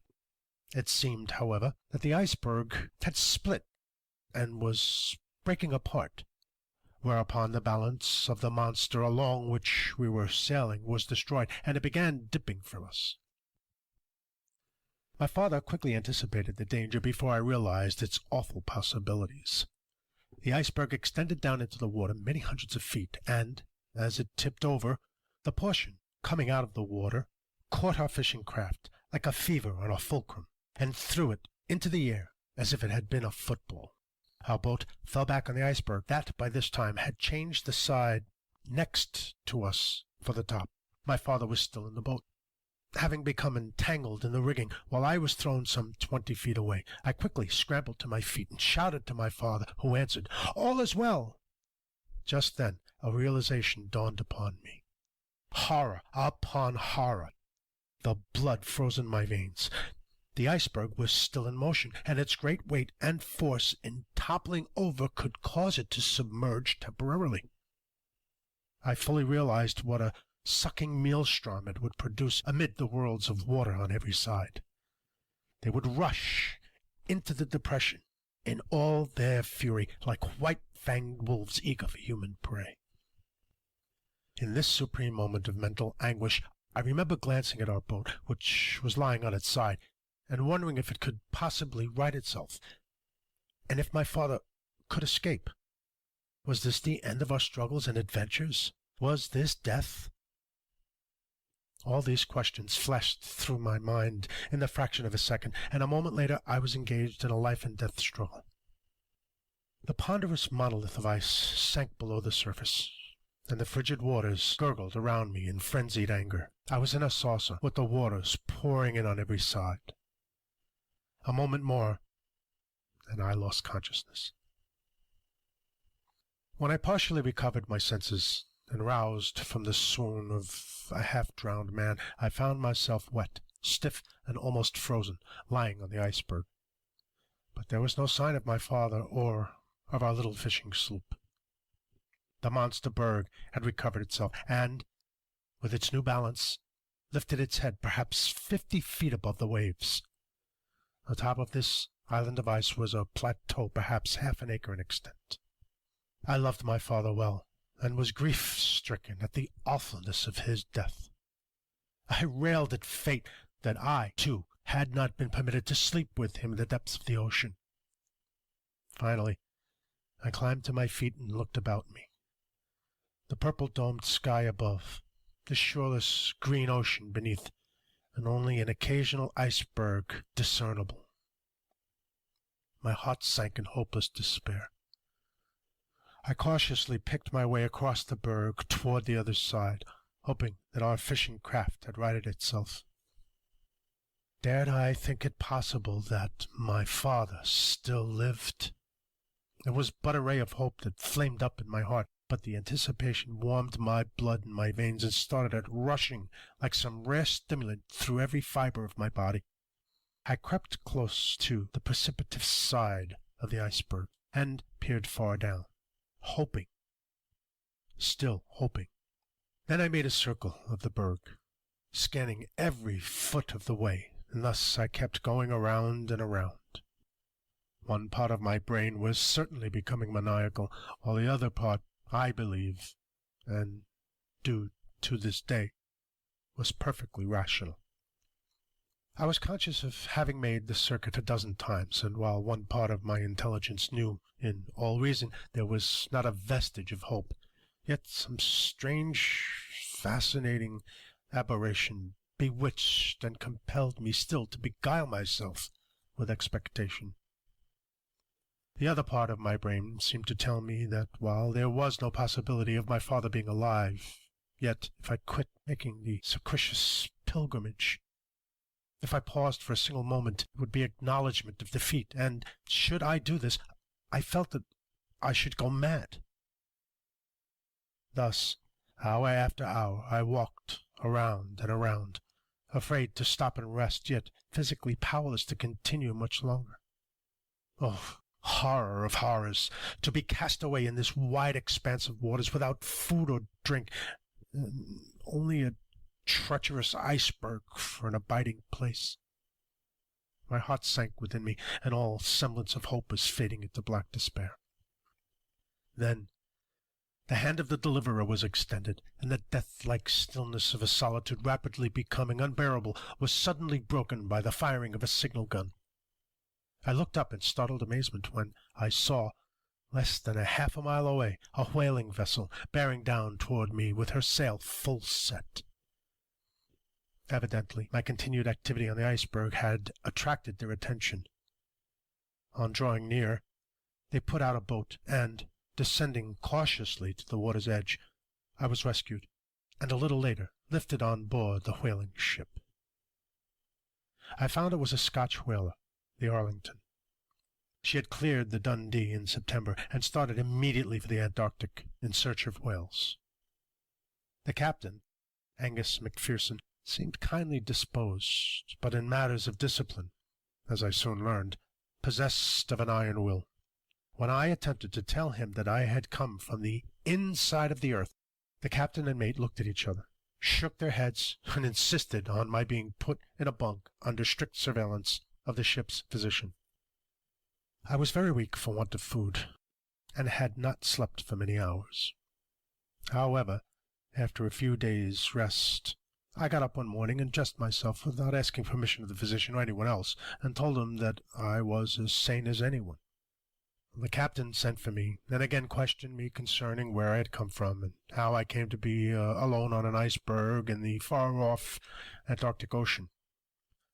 I replied that I had just come from the inside of the earth, and to proceed to tell him how my father and myself had gone in by way of Spitzbergen and come out by way of the South Pole country, whereupon I was put in irons. I afterward heard the captain tell the mate that I was as crazy as a March hare, and that I must remain in confinement until I was rational enough to give a truthful account of myself. Finally, after much pleading and many promises, I was released from irons. I then and there decided to invent some story that would satisfy the captain, and never again refer to my trip to the island of the Smoky God, at least until I was safe among friends. Within a fortnight, I was permitted to go about and take my place as one of the seamen. A little later, the captain asked me for an explanation. I told him that my experience had been so horrible that I was fearful of my memory, and begged him to permit me to leave the question unanswered until some time in the future. "I think you are recovering considerably," he said, "but you are not sane yet by a good deal." "Permit me to do such work as you may assign," I replied, "and if it does not compensate you sufficiently, I will pay you immediately after I reach Stockholm, to the last penny." Thus the matter rested. On finally reaching Stockholm, as I have already related, I found that my good mother had gone to her reward more than a year before.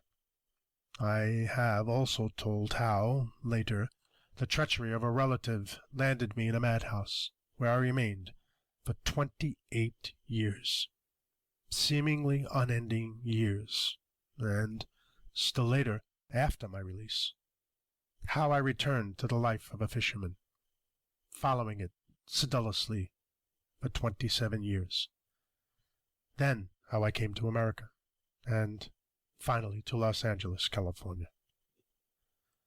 But all this can be of little interest to the reader.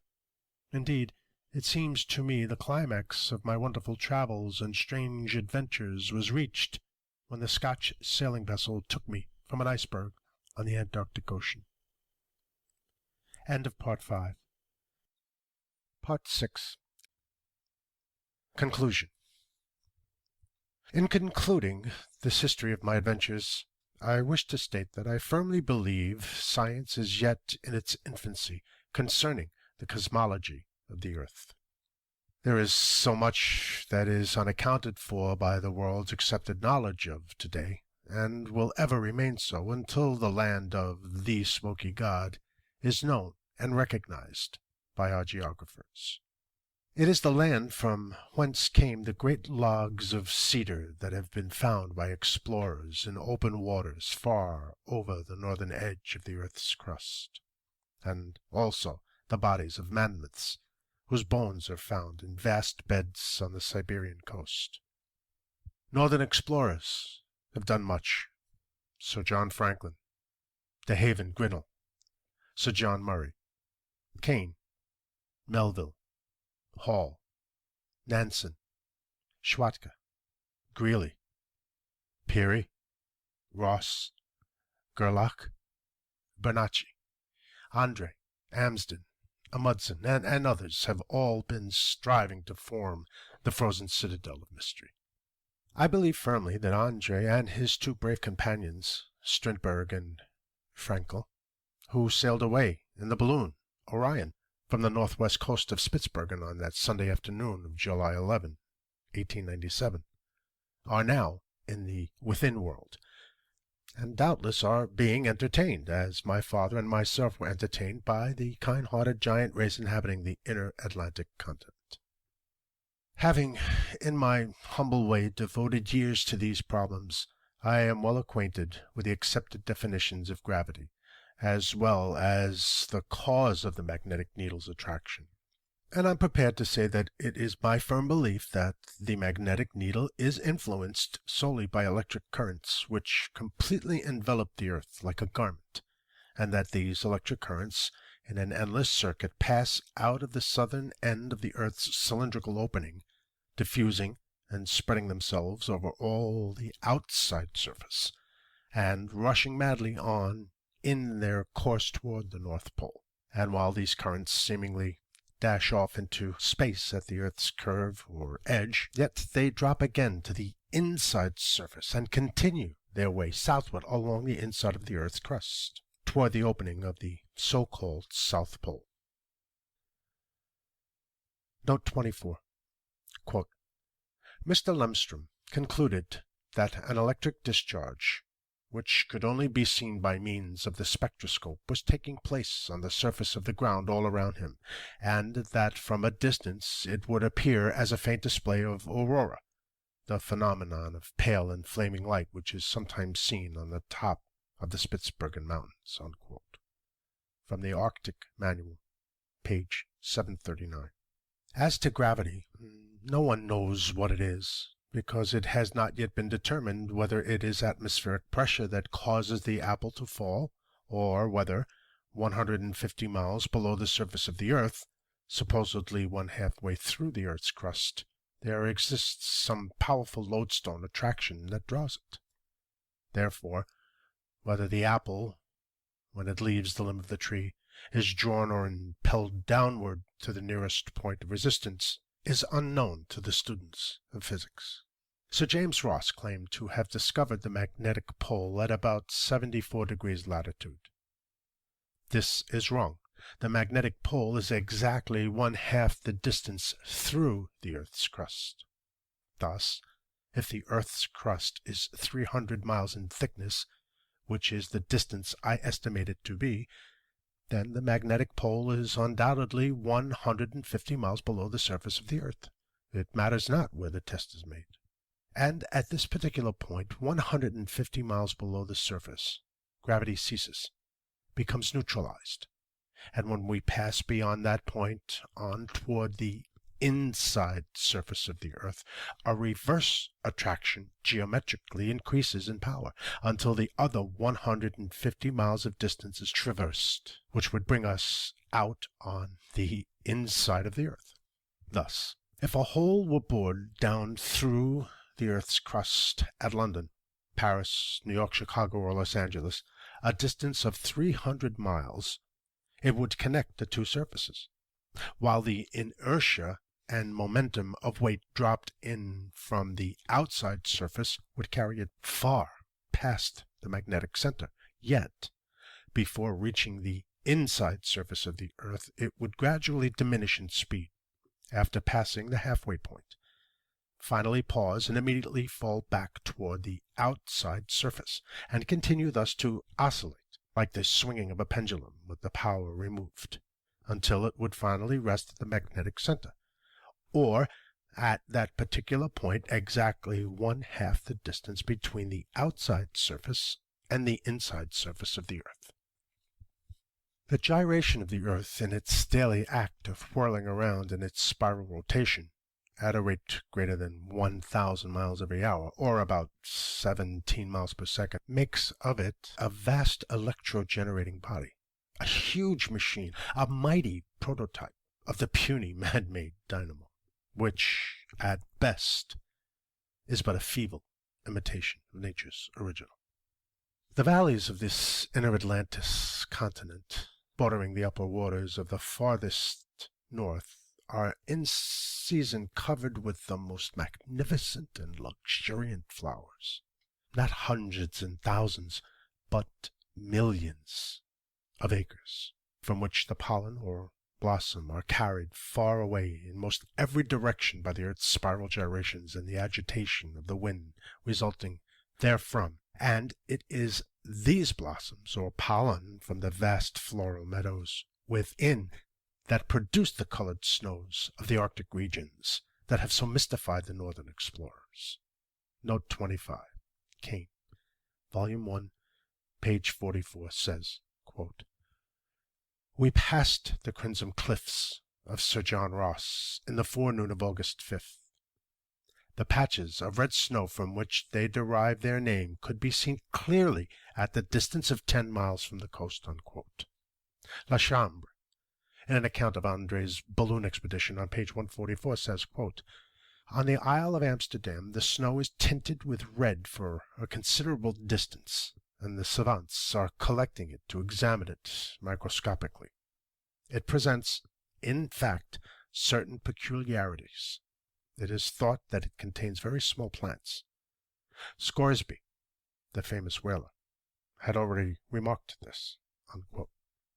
Beyond question, this new land within is the home, the cradle of the human race, and viewed from the standpoint of the discoveries made by us, must of necessity have a most important bearing on all physical, paleontological, archaeological, philological, and mythological theories of antiquity.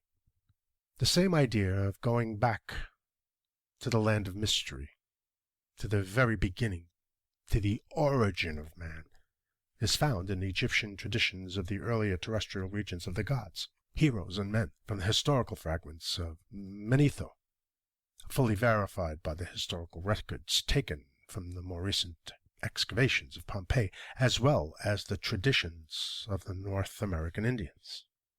It is now 1 hour past midnight. The new year of 1908 is here, and this is the 3rd day thereof.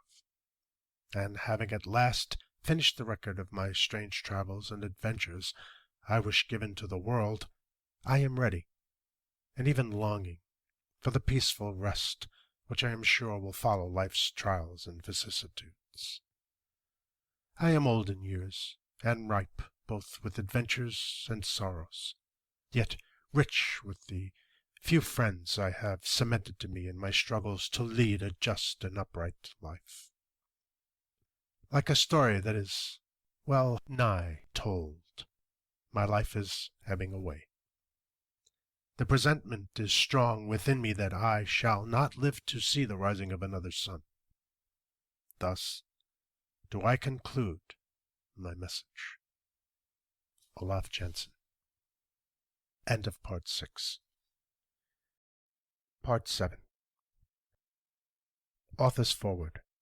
I found much difficulty in deciphering and editing the manuscripts of Olaf Jansen. However, I have taken the liberty of reconstructing only a very few expressions, and in doing this have in no way changed the spirit or meaning. Otherwise, the original text has neither been added to nor taken from. It is impossible for me to express my opinion as to the value or reliability of the wonderful statements made by Olaf Jansen. The description here given of the strange lands and people visited by him, locations of cities, the names and directions of rivers, and other information herein combined, conform in every way to the rough drawings given into my custody by this ancient Norseman, which drawings, together with the manuscript, it is my intention at some later date to give to the Smithsonian Institution, to preserve for the benefit of those interested in the mysteries of the farthest north, the frozen circle of silence. It is certain there are many things in Vedic literature, in Joseph's, the Odyssey, the Iliad, Terrien de la Coupiere's early history of Chinese civilization, Flammarion's astronomical myths, Lenormand's beginning of history, Hesiod's Theogony, Sir John de Monteville's writings, and Sayce's records of the past, that, to say the least, are strangely in harmony with the seemingly incredible text found in the yellow manuscript of the old Norseman Olaf Jansen, and now, for the first time, given to the world. The end. The end of the Smoky God, or Voyage to the Inner World, by Willis George Emerson. Read by JANSEN'S.